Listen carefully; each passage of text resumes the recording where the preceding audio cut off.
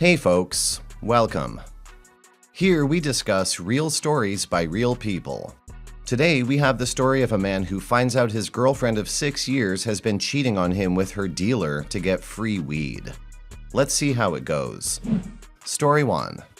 I, 27 male, have known Tracy, 27, not her real name, since junior year of high school. We started dating after both of us got out of relationships, and we just wanted to see where it went. Tracy has always been into weed culture and hippie stuff ever since I met her. It's just her thing. It's not legal in our state, but it's pretty easy to get, and the cops don't really enforce it where we live. Tracy has just always had weed. I don't smoke at all, but I never minded that she did, and I never asked about it because it was just whatever. Tracy and I decided to do a cross-country road trip since we both love hiking and traveling. But before we go, Tracy mentioned she wants to get a big thing of weed so she can smoke when we camp out. We had to get her bags from her parents' place, and I just told her that we should stop by her dealer's place before we go so we can get her stuff. This ended up being a bad idea for her. We get to the complex where her dealer lives, and suddenly Tracy tells me I should wait in the car. But she couldn't give me a reason why I should do that. I keep pushing her on it, and she just wouldn't tell me. Eventually, I just step out of the car and say we're going. We get to the apartment, and Tracy's looking really flustered, and she starts trying to say we should just go back. At this point, I know for a fact something is wrong. Knock on the door, and this rat-looking guy opens the door and lets us in. Tracy tells him what she wants, and they do some small talk about what we're doing. Eventually, the dealer looks at me and Tracy and asks, "Is the dude gonna watch?" I blow up and start yelling. Tracy's yelling back at me. This goes on till the guy kicks us out of his place. We get back and I demand that Tracy tells me exactly what goes on. It turns out that not only had she been sleeping with this guy to get free weed, but they had also been filming them and posting online to get revenue. The drive back to her parents' place was really quiet. She goes in to get her bags and cries in the living room. Her dad takes me aside and asks what was wrong, like I did something. I tell him what happened exactly as she told me and get her to say the same thing to her parents. Of course, she frames it in a much nicer way, but at this point, I don't even care. I tell her it's over. I get back in my car and drive off. She's tried to get in contact with me since then to either yell at me for causing all this drama or to say she's sorry. I just ignored her. Whatever she has to say, it's not worth my time. I can't believe your 6-year-long relationship ended the way it did, OP. Tracy is a bad person for doing this to your relationship and you. The sexual risks she exposes herself to and in turn exposes you to makes her a horrible person. It's fine if that's what she wants to do to get her daily dose of weed, but she should have told you about it or broken things off with you because of it beforehand. Definitely get yourself tested, OP. Hopefully you're safe and nothing dangerous has been transmitted to you. Continue to have nothing to do with her because she isn't worth your time like you said. Story 2. So, I, 27 male, have been with my wife, 22, since 2008, and we've been married since 2012. We also have a 7-month-old son. I've always thought that we had a pretty good relationship, although we've had some bumps in the past that now have made me question a lot of our relationship. She was 16 and I was 21 when we first started dating. At some point, I found out she had been texting some guy and sent a nude to him.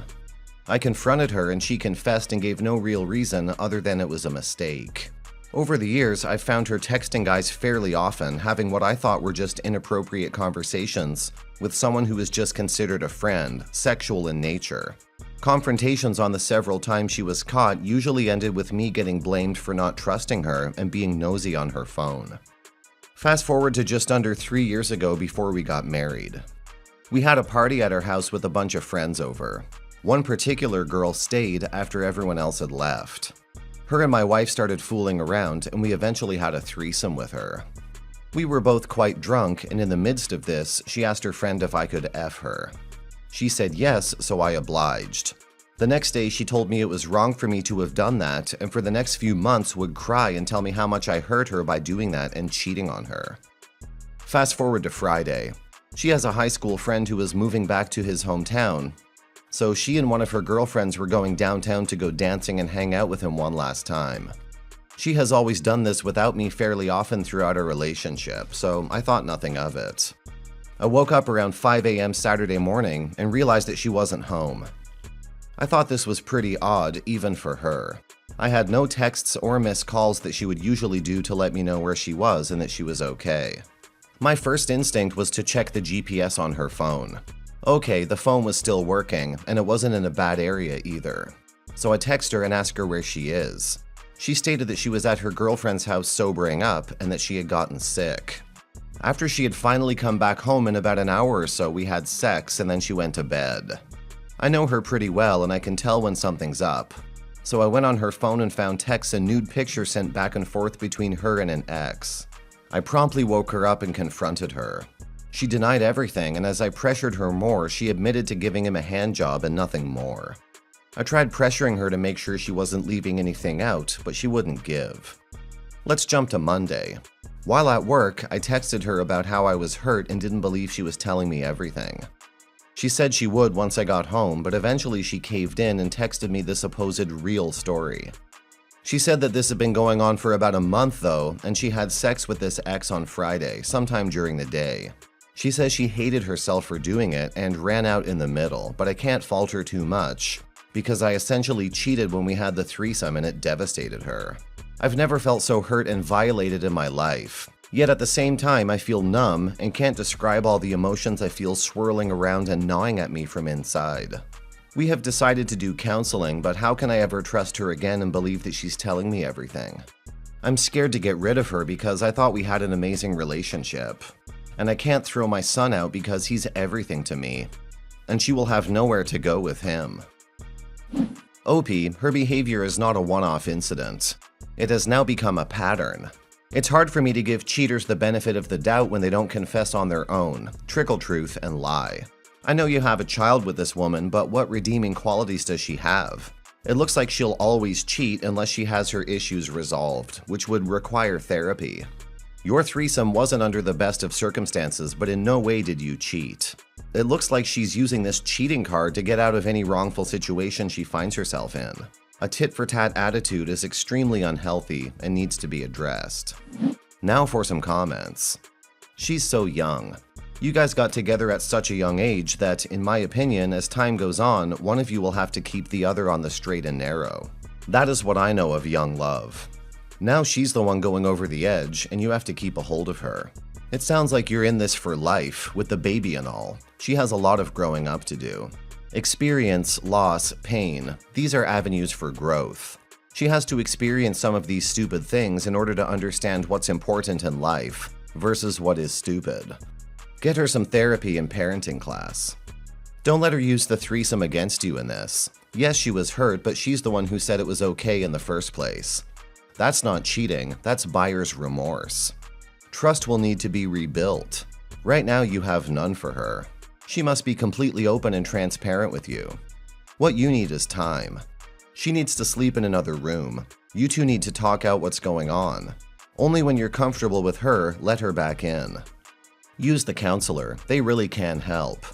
But most of all, talk about how you feel. Because how you feel about the other person is really what a marriage is all about.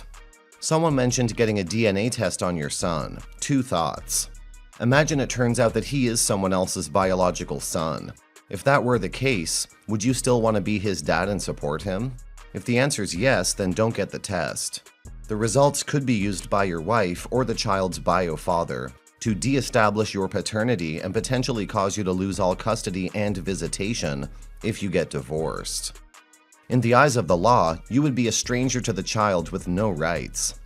If you would break off your relationship and support the child in the event he's not your biological child, then get the DNA test done ASAP.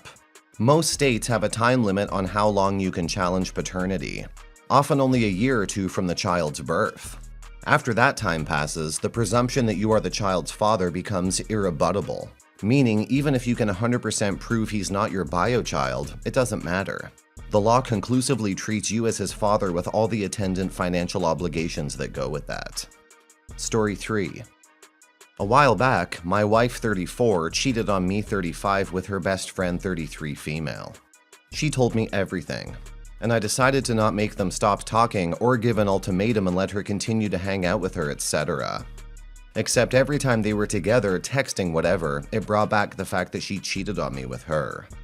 One day, I told my wife it wasn't fair that I'm the one still dealing with this. Trust issues, self-confidence issues, and so on from the cheating. And you two get to go about your life as friends as if nothing happened. I'm the one being punished, and I was the one cheated on.